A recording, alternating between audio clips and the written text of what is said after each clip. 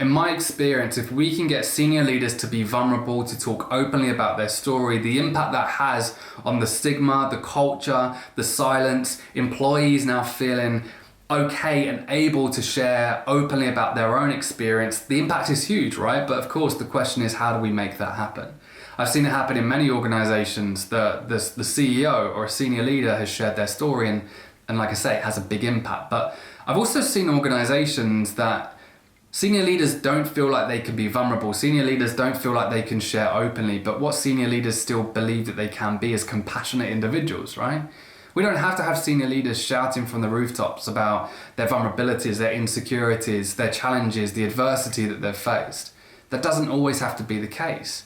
Instead, can we tell senior leaders that they don't have to be talking about their own challenges, but can they still show compassion to others? Can they still reach out to others? Can they still think about supporting others as well? You know, a good senior leader is someone who looks out for their team, someone who looks out for their colleagues as well.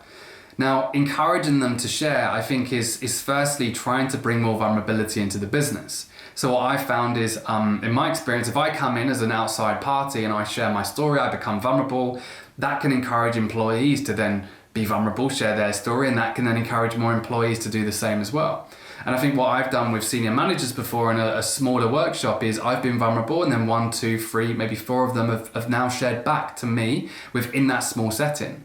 Then once they've done that, it's now about encouraging them of the impact and the importance of, do you think if you share your story, how much of an impact that can have on your colleagues and your wider team as well? It takes a lot of a slower process, getting them to open up to potentially 1 person in the business, 2 people in the business, then maybe writing a blog post, becoming anonymous as they write the blog post. You know, maybe it's a video, maybe it's on a talk, whatever it is, right? Making them feel comfortable to share, I think, is really, really important. So firstly, don't shy away from it.